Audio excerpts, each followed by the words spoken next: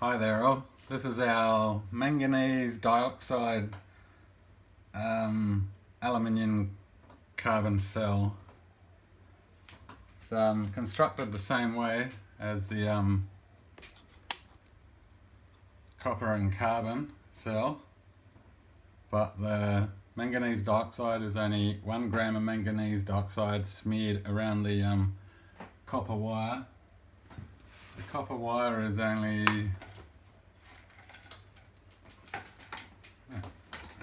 it's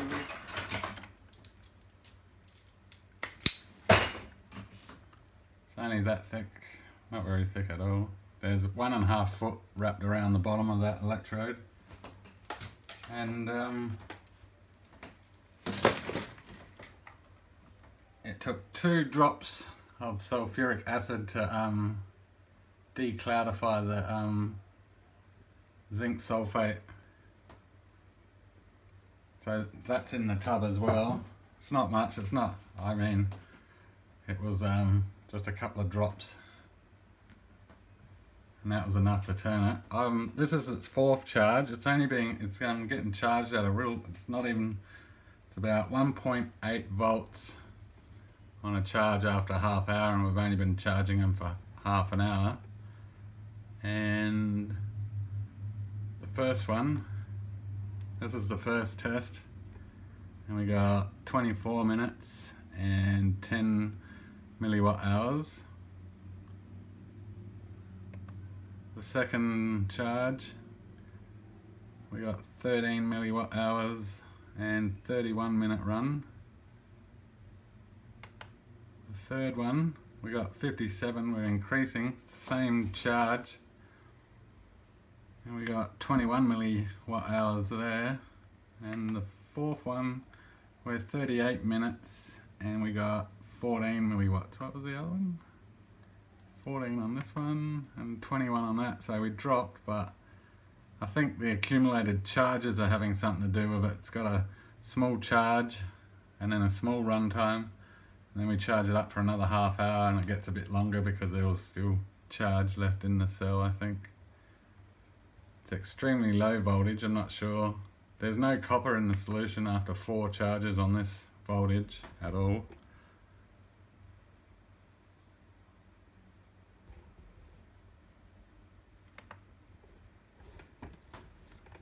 So I'll set up a charge,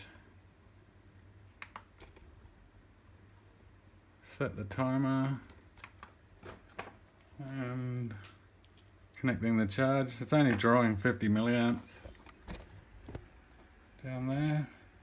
It's on the 10 amp range.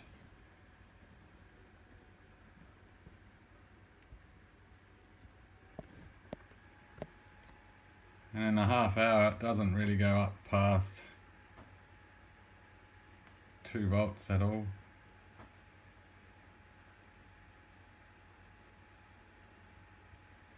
So I'm not sure if I should increase the charge yet or just leave it as it is and see how it goes. It's the same negative zinc electrode from the last experiment. It's still alive. So now we have a totally dissolved 1 molar solution of zinc sulfate. The first drop didn't do too much, and then the next little squirt sort of, after a shake, cleared it up. So I've got some of that in there now. But there is only 1 gram of manganese dioxide which come out of a brand new lantern battery, so it's got also carbon. It was a cheap lantern battery cell, so it could be just cheap carbon and not something fancier like activated coconut fibre. Alright, I'll get back in a half hour when that's charged, and this will be our 5th run, and we'll keep an eye on the voltage. Okay, back. I missed the half hour window, so we'll accelerate our test and go straight to a 1 hour charge to see what's happening if we get extra power density. in that 1 hour we only got to 2.04 volts and we're still at 40 milliamps. It's on the 10 milliamp range. And the cell is pretty clear. There's no copper looking anywhere to be seen. Okay, we'll close this.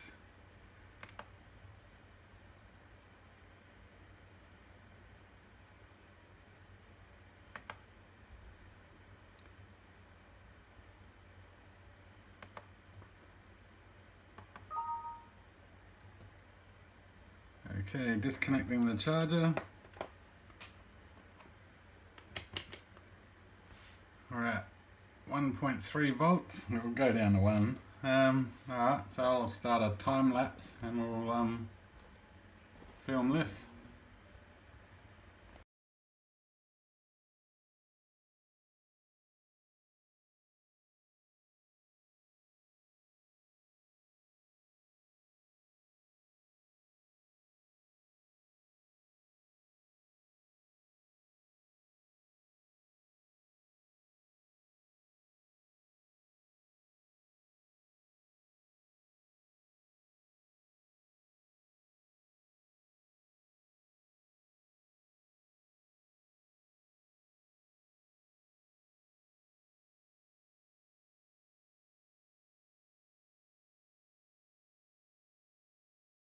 Hi again, we're at the end of charge number 5 and we ran for 1 hour and 13 minutes delivering 27 milliwatt hours, and on the last video the last cell with the fresh electrolyte was only 18 milliamps for about the same time, so the power density is slightly up on this one and we've got only 1 gram of manganese dioxide as its layer, and the voltage bounced back to 1. We'll do a quick test. I'll say it will drop straight away. No charge. Yeah, see that? Totally dead cell now. But the cell's still alive. We'll give it another charge. And we're going to drop right off to our cutoff voltage. And Kev, you leave your max time to 0 and the cutoff voltage works. I just watched your video. Congratulations. Alright, so I'll give this another charge. That will be our 6th charge.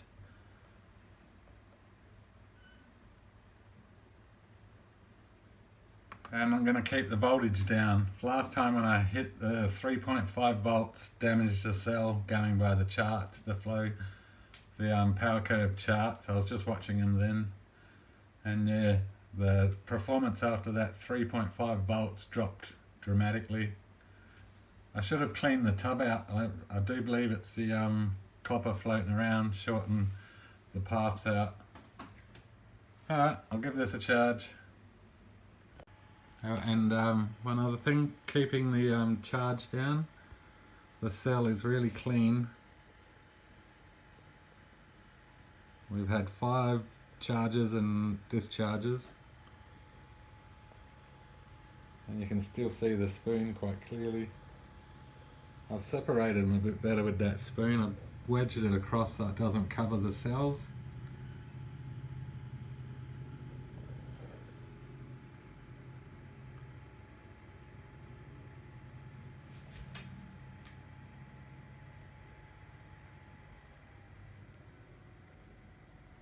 The copper on the cell is still left over from the previous experiment. It could be hindering it, probably is, but see that light grey stuff? That tends to build up a little bit.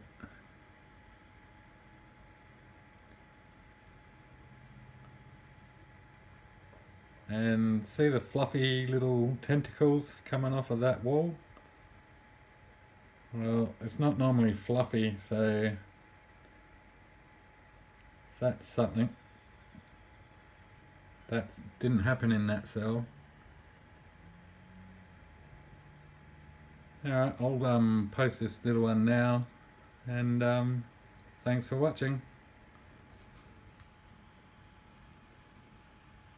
Okay, doing a 2-hour charge to see if it's got extra energy than it did in the 1-hour charge, since we're on such low voltage. Voltage is currently 2.11 on the meter, and on the data logger it is 2.11 as well. I'll reset this.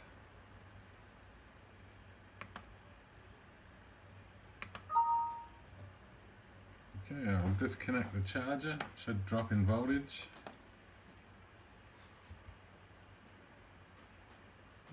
Okay, alright, I'll do a time lapse of this one.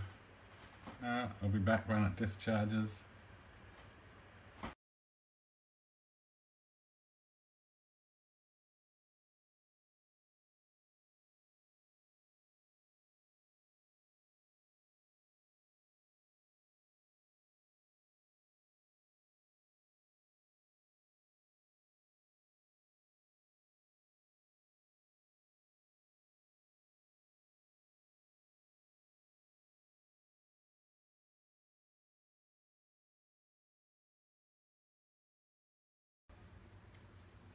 Back again. This was the 2-hour charge at 2 volts. We got 2 hours and 45 milliwatt hours.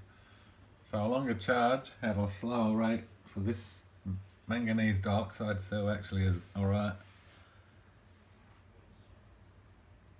So that concludes this experiment for today. That was the number 6 charge. I got 14 charges to get to 20. I'll post an update video. Alright, thanks for watching, and that's it.